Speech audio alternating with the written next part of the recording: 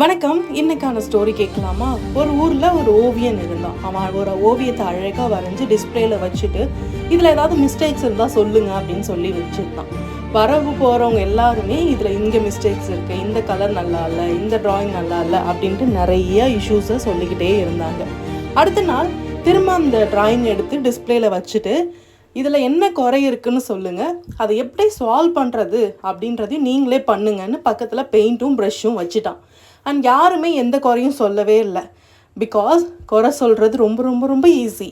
அதை எப்படி தீர்த்துக்கிறது, அதுலேருந்து எப்படி வெளியே வரதுன்ற சொல்யூஷன் யாருமே கொடுக்கவே மாட்டாங்க. ஏன்னா இது என்னோடய லெசன், இது நான் தான் கற்றுக்கணும். நான் தப்பு பண்ணால் நானே தான் அதை மாற்றிக்கிறதுக்கான வாய்ப்பும் என்கிட்டே தான் இருக்குது.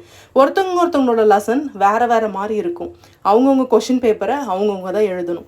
ஸோ உங்களுக்கான கொஷின் பேப்பருக்கு மட்டும் நீங்கள் ஆன்சர் பண்ணுங்கள். மற்றவங்கள பார்த்து காப்பி அடிக்க ட்ரை பண்ணாதீங்க.